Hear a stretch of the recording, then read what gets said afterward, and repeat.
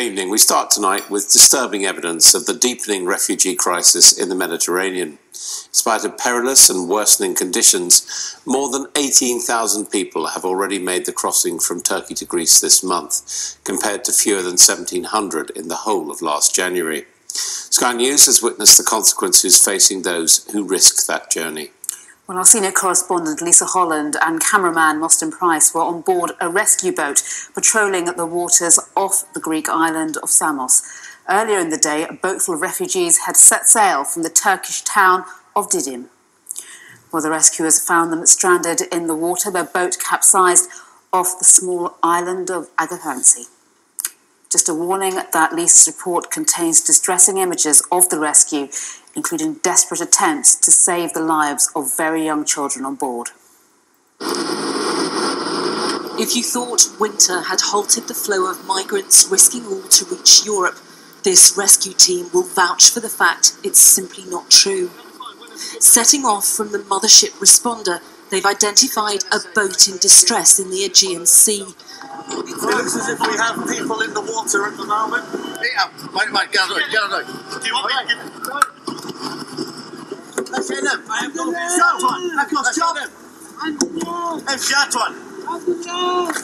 Jumping in now. It quickly becomes clear this is not just a vessel in trouble, but a boatload of migrants who are drowning. Everybody, relax. Children. Baby. The first priority for the rescuers is finding children who can't survive in the water for long. Relax. Okay. I've got you. Come on. This woman is 7 months pregnant.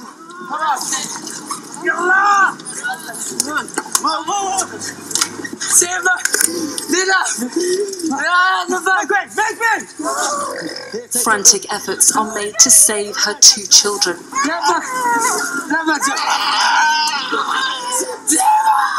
As her husband pleads for help.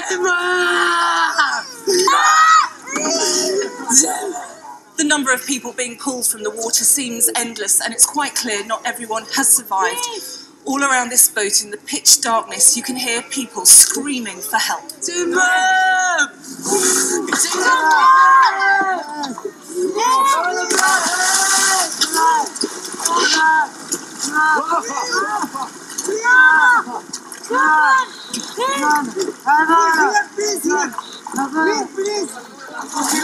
Good.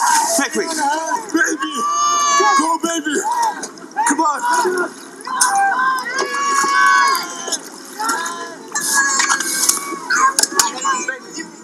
It's impossible to simply stand and watch when so many lives hang in the balance. In all, 3 children didn't make it. A little girl aged 4 and 2 boys who were both 2 years old.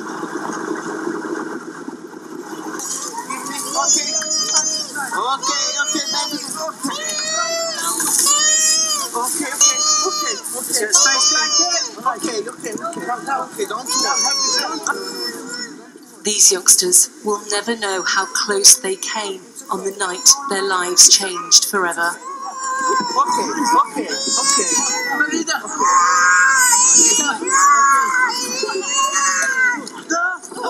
One of the last to be pulled from the water was this man. That's a good job. Reluctant to give up part of a mattress he's been hanging on to for dear life. This way, slowly. Like that. Good. Swimmer on board! Swimmer on board! In all, 12 adult men, 5 females and 3 children were rescued. Almost all were Syrian.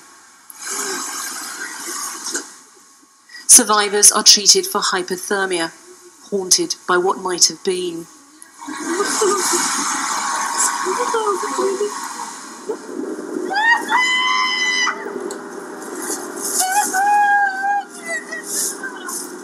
But for the families who've lost their children, reaching Europe is now little consolation.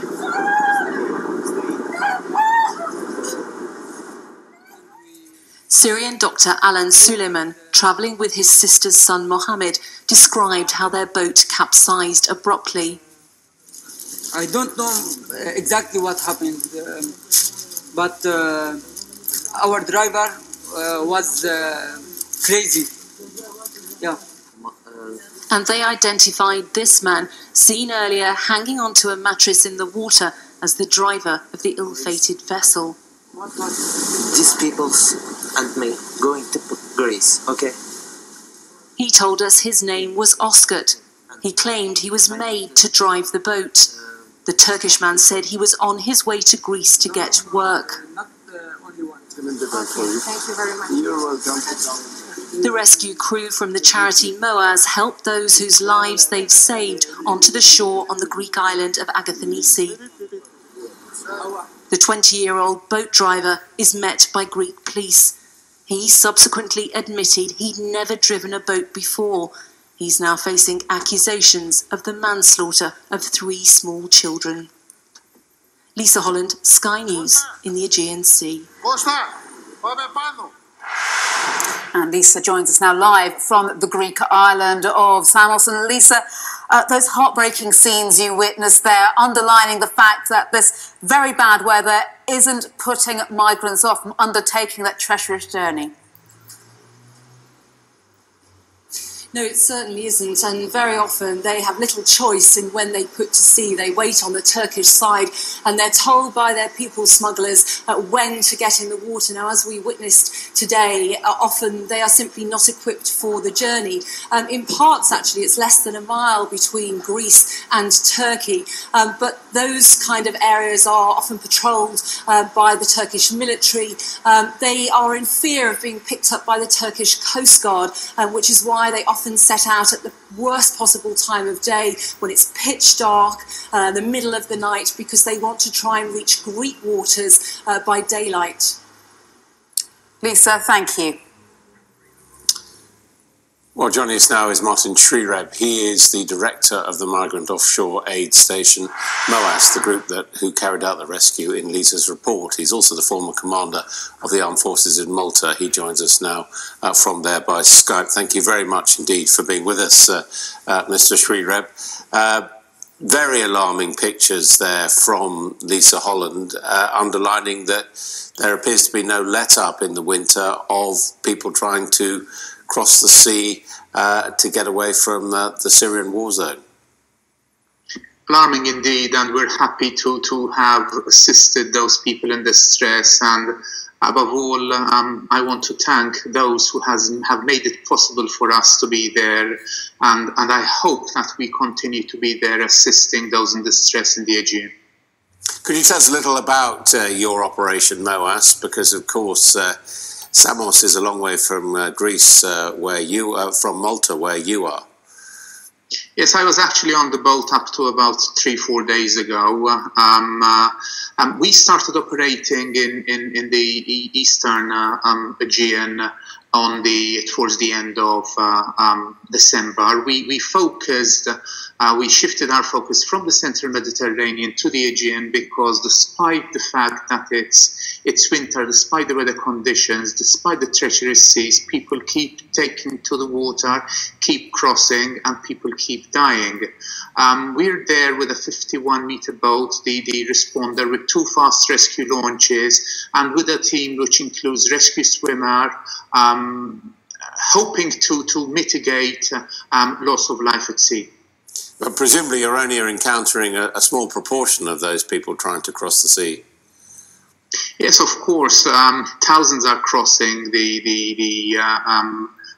crossing from Turkey to Greece. The Greek-Turkish coastline is massive, thousands of islands, some inhabited and some uninhabited. We have been given a particular operational area by the Greek Coast Guard, and we operate in the area of Pharmakonisi and Agathonisi. We've been there for just 2 weeks, and we've already been instrumental in 5 or 6 rescues.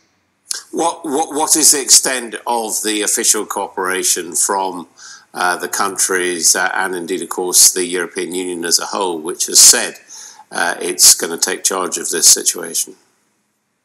Well, we coordinate very closely with the Hellenic Coast Guard. There is a system where you have the Rescue Coordination Center in Piraeus, and then there are smaller rescue coordination centers in some of the main islands. We coordinate with the Rescue Coordination Center in Samos.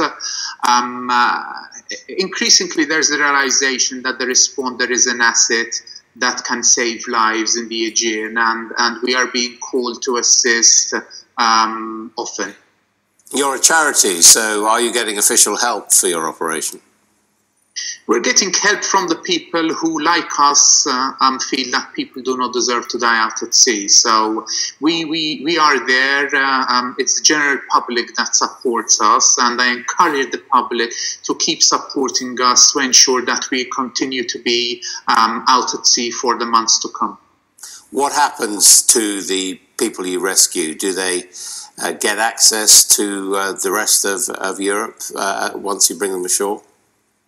We really don't know. I mean, our role ends and the minute we hand them over to the authorities and to the other NGOs who support them on land. Our work is out at sea, and we spend as little time as possible at the quay, close to the shore. We want to be out at sea. Our role is to save lives at sea. This is massively distressing, of course, that the loss of human life. It's not your responsibility, but how do you think this problem can be ended? Well, we think it's a collective responsibility. So we think, yes, that's everyone's responsibility to do something about it. Now, whether you can, like us, go out to sea with a 52-meter boat, or you can try and change this course, or try and influence other people into seeing this from a particular perspective, or donating to a charity that can help, or reporting about the crisis in a particular way, I think it's a collective responsibility. Obviously, the states need to find a solution here, but I underline, we feel that it's a collective responsibility. This is a global situation that requires global solutions. Mr. Sridhar, thank you very much indeed for joining us. Thank you for having us.